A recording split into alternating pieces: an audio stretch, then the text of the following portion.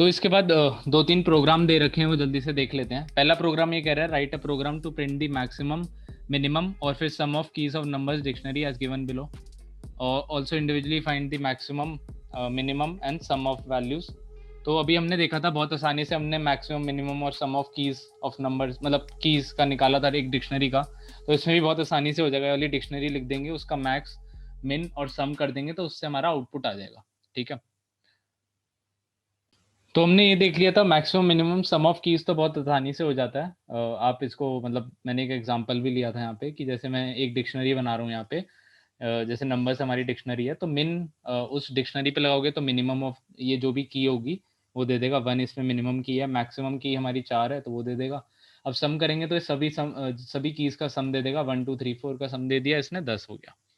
ठीक है, अब वो सेकंड पार्ट में ये कह रहा है कि फाइंड द मैक्सिमम मिनिमम और सम ऑफ वैल्यूज। तो वैल्यूज हमारी ये है 1 1 1 एक वैल्यू है, 2 2 2 एक वैल्यू है, तो इस पे करना है। अब हमने ये देखा था जब भी हमें वैल्यूज की लिस्ट चाहिए होती है तो हम क्या करते हैं, उसकी नंबर्स डॉट वैल्यूज हमारा एक मेथड होता है डिक्शनरी में जो कि उसकी वैल्यूज की लिस्ट बना देता है।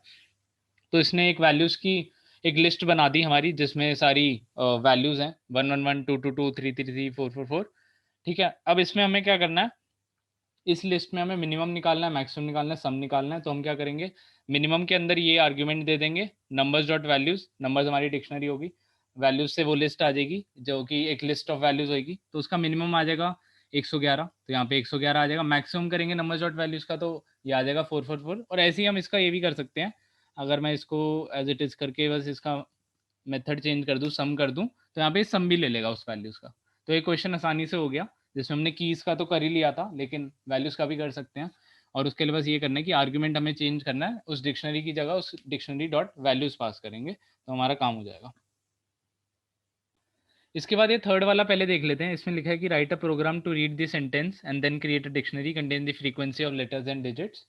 ठीक है, तो ये ऑलरेडी हम कर चुके हैं फ्रीक्वेंसी वाला प्रोग्राम। ठीक है, ये लास्ट क्लास में डिस्कस हो गया था और इसका मतलब कोड भी रेडी हो गया था और कोड भी मैंने शेयर कर दिया था।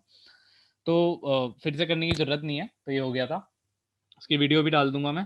और फिर ये एक लास्ट हमारा प्रोग्राम रह गया यहाँ पे जिसमें हम क्या कर रहे हैं कि डिलीट कर रहे हैं कीज को। तो ये क्या कह रहा है, write a program to delete the keys of dictionary one by one in LIFO order, make sure that there is no error generated after the last item deleted.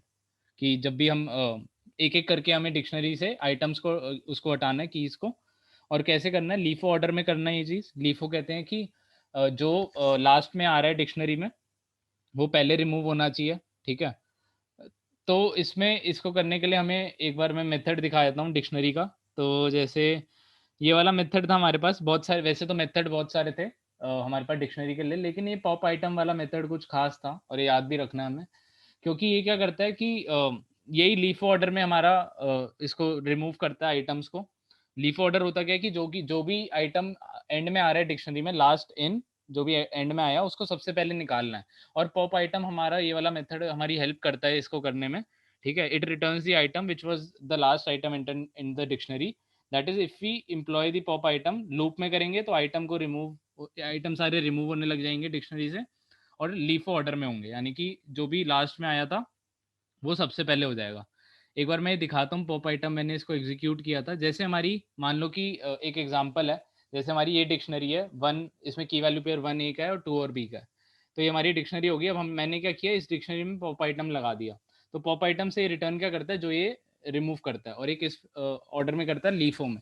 हमें पता है कि जब ये डिक्शनरी बन रही है तो ये पहले आया और ये बाद में आया। तो लीफो ऑर्डर मतलब लास्ट इन फर्स्ट आउट, मतलब तुम इसको जो बाद में आया उसको पहले निकालोगे। तो बाद में ये आया है तो ये क्या करेगा, पॉप आइटम क्या करेगा, ये निकाल देगा और इसको रिटर्न कर देगा कि भाई मैंने ये निकाल दिया, टपल के फॉर्म में रिटर्न कर देगा। ठीक है, कि मैंने ये निकाल दिया। अब हम मॉडिफाइड डिक्शनरी देखेंगे तो अब क्या बचेगी, क्योंकि इसने तो ये वाला निकाल दिया की वैल्यू पे, तो खाली ये वाली बचेगी।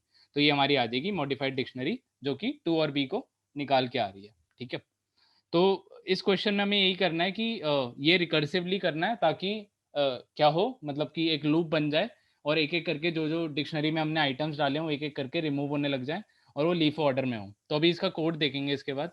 ठीक है, लॉजिक पहले मैंने बता दिया इसका पूरा। तो इसका कोड स्टार्ट करते हैं, कोड लिखना। तो डिलीट करनी है keys of dictionary one by one in LIFO. ठीक है, और ये हमें इंश्योर करना है कि कोई एरर ना आए। फॉर लूप से मतलब बहुत आसानी से हो जाएगा ये कोड। एक बार मैं पहले एक डिक्शनरी ले लेता हूँ कोई भी, जैसे मान लो कि मैंने ये डिक्शनरी यहीं से कॉपी कर लेता हूँ कि ये हमारी डिक्शनरी है, ठीक है। तो ये हमारी डिक्शनरी होगी जिसमें ये की वैल्यू पेयर्स हैं हमारे नंबर्स के। अब हमें करना क्या है, एक एक करके डिलीट करना है। अब वो फॉर लूप से बहुत आसानी से हो जाएगा, लेकिन जब भी तुम ऐसा कुछ लिखते हो ना, जब तुम्हें उसकी लेंथ नहीं पता, मतलब डायनेमिक लेंथ वाला प्रोग्राम आता है, वो अभी आएगा नहीं। वो फॉर लूप से अभी तो तुम्हारा बहुत आसानी से हो जाएगा, तुम्हें लेंथ पता है। लेकिन अगर तुम्हें कोई डायनेमिक चीज़ बनानी होगी ना इसमें, तो वो फॉर लूप काम नहीं करेगा, क्योंकि तुम्हें लेंथ भी उसकी चेंज होती रहेगी। तो जो मैं अभी कोड लिखूंगा वो काफ़ी ऑप्टिमाइज होगा, काफ़ी डायनेमिक होगा, लेकिन फॉर लूप से बहुत आसानी से हो जाएगा। अगर तुम इसको फॉर लूप इसमें लगा दोगे और फिर एक एक करके ये वाला मेथड यूज़ करोगे, हमारा जो ये वाला मेथड था पॉप आइटम वाला, तो आसानी से हो जाएगा। लेकिन ये वाला देखते हैं एक बार, जो मैं करना चाह रहा हूँ इसमें। मैं क्या करूँगा, इसमें वाइल लूप से करूँगा। मैं कहूँगा कि वाइल नंबर्स, जब तक हमारा एक, चलो ऐसा करते हैं, नंबर्स इसमें रहने देते हैं। एक और मैं इसकी कॉपी बना लेता हूँ, mod numbers equal to copy. मेरे ख्याल ऐसे करते थे जहाँ तक मुझे याद है, एक डिक्शनरी को कॉपी ऐसे करते थे। लेकिन मैं ऐसे नहीं करूँगा, क्योंकि वो कीज़ को कॉपी करता है, मैं डुप्लीकेट बना रहा हूँ उसकी। तो मैं ऐसे कर बना दिया मॉड नंबर्स, और उसको बराबर कर दिया नंबर्स के, ताकि मतलब ये वाला डेटा लॉस ना हो मेरा। ठीक है, ये ऐसे का ऐसा रहे और मैं इस पर कुछ इटरेशन कर सकूँ। तो मैं कहूँगा वाइल मॉड नंबर्स, जब तक मॉड नंबर्स है मेरा, मैं क्या करूँगा, इस डिक्शनरी को पॉप आइटम कर दूँ। ठीक है, और ये रिटर्न भी करता है कुछ।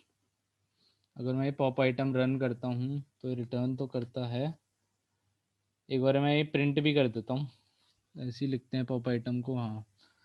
तो ये इसको मैं अलग से लिख देता हूँ कि अब होगा क्या, वाइल मॉड नंबर्स, जब तक ये वाली डिक्शनरी है, इसका मतलब ये है जब तक ये ट्रू है, मतलब इसमें जब तक की वैल्यू पेयर है तब तक ये चलाओ। ठीक है, और हम कर क्या रहे हैं, हर इटरेशन के लिए ये कह रहे हैं कि पॉप करते रहो। तो मेरे हिसाब से इससे हो जाना चाहिए, ये वाला कोड पूरा हो जाना चाहिए। इसको प्रिंट करने के लिए देखना, या ऐसा कर लेते हैं कि पॉप के बाद वो देख रहे हैं, हर डिक्शनरी को पॉप के बाद, पॉप करने के बाद मैं देख रहा हूँ कि वो एक कम हो रहा है कि नहीं, एक कम हो रहा है कि नहीं, ऐसे करके देखते हैं। ठीक है, इसके बाद तो एक ख़त्म ही हो जाएगी। जो मॉड नंबर्स होगी वो मेरे हिसाब से तो एम्प्टी डिक्शनरी हो जाएगी। फिर भी मैं एक बार करके देख लेता हूँ यहाँ पे। ठीक है, एक बार चला के देखते हैं इसको, बहुत ही आसानी से मैंने इसका कोड कर दिया, एक बार रन करके देखते हैं। ठीक है, पाइथन dict6.py, सही हो गया।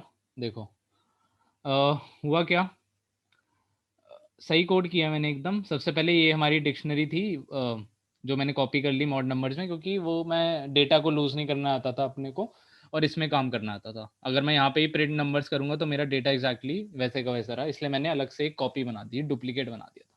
अब मैं कर कह रहा हूँ, मैं ये कह रहा हूँ कि जब तक ये डिक्शनरी है, जब तक इसमें की वैल्यू पेयर है, ये चीज़ करो, ये एग्जीक्यूट करो। तो mod numbers dot pop item किया। अब ये सबसे पहले ये वाली एंट्री खाली हो जाएगी, 4 वाली चली जाएगी। फिर मैं प्रिंट कर रहा हूँ इसको, तो क्या बचेगा, ये 1 2 3 वाला बचेगा। तो 1 2 3 वाला बचा, ये प्रिंट हो गया। ठीक है, फिर से इसके बाद ये चेंज हो गया हमारा मॉड नंबर्स। अब ये फिर से इस लूप में जाएगा। अब हमारा मॉड नंबर्स में है ये वाली डिक्शनरी। ठीक है, तो ये आगे चले जाएगा, ये ट्रू है, इसमें कुछ की वैल्यू पेयर है। फिर से मैं क्या कर दूंगा, पॉप आइटम कर दूंगा। अब ये जो लास्ट में लिखा है ये हट जाएगा, 3 और 333, ये सारा हट जाएगा। और फिर जो नया मॉड मेंबर्स है, मॉड नंबर्स है, वो आ जाएगा। 1 और 2 की मैपिंग आ जाएगी। ठीक है, क्योंकि 3 वाली हट गई। अब वो फिर से इटरेशन में जाएगा, क्या यहाँ पे की वैल्यू पेयर है वो देखेगा, हाँ ज़रूर है, तो और पॉप करो। तो ये पॉप किया, और ठीक है, इसने पॉप किया।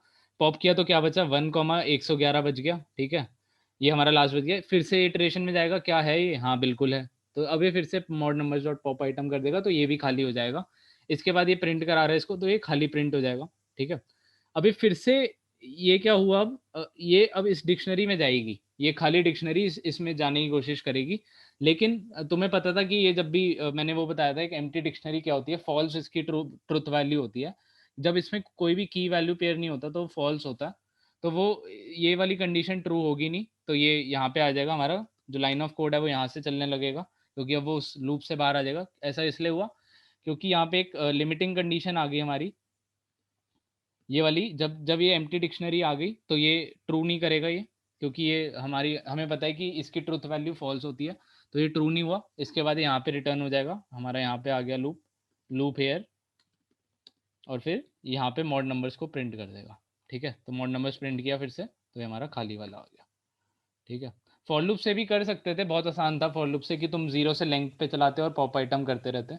लेकिन ये वाला प्रोग्राम मैंने इसलिए बताया ताकि, क्योंकि कभी कभार ऐसे सिनारियो आ जाते हैं जब तुम्हें ना लेंथ मैनिपुलेट होती रहती है प्रोग्राम में, मतलब एक फिक्स लेंथ नहीं रहती उस चीज़ की, कुछ अपेंड हो रहा है, कुछ डिलीट हो रहा है, तो बहुत ये ऑप्टिमाइज वे में लिखा है मैंने कोड। फॉर लूप से तो तुम्हें उसकी लेंथ फिक्स तुम्हें रखनी पड़ेगी उस चीज़ की, लेकिन ये इसलिए फ़ायदेमंद होता है क्योंकि इसमें डायनेमिक लेंथ वाला भी आ जाता है कि अगर एक ही फंक्शन में उसका मतलब उसकी क्या कहते हैं इंसर्ट भी हो रहा है, कुछ अपडेट हो रहा है वो डिक्शनरी, तो ये काफ़ी काम आ जाता है उसमें।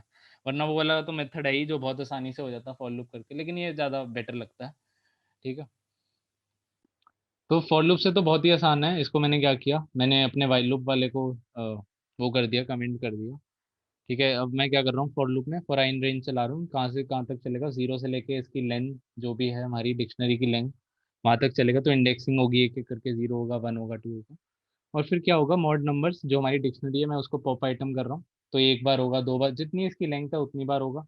एक बार होगा तो ये 4 वाला हट जाएगा, 2 बार होगा फिर ये हट जाएगा, फिर ये हट जाएगा, ये हट जाएगा, ऐसे होता रहेगा। और ऐसे मैं कर करके देख रहा हूँ एक एक करके कि क्या हमारी डिक्शनरी बच रही है। इसको एग्जीक्यूट करके देखते हैं फॉर लूप वाले से, सेम मैं रन कर दूंगा। तो सबसे पहले हमारा ये क्या कहते हैं mod numbers dot pop item हुआ। तो अब क्या क्या आ जाएगा हमारा मॉड नंबर्स, सबसे पहले ये हट के ये आ गया, 3 वाले आ गए। फिर से होगा execute, mod numbers dot pop item होगा तो ये हट जाएगा और ये आ जाएगा 1 और 2। फिर से होगा, हट जाएगा 2 वाला, 1 ये वाला आ जाएगा। फिर से होगा, हट जाएगा ये वाला और ये खाली आ जाएगा। तो इससे बहुत आसानी से हो जाएगा, इतना कुछ करने का था नहीं। फॉर लूप में लेंथ निकाली, फॉर लूप लगाया और उसको पॉप आइटम कर दिया, और देखने के लिए, जस्ट देखने के लिए कि एक एक करके हो रहा है कि नहीं, मैंने यहाँ पे प्रिंट करा के देख लिया। ठीक है,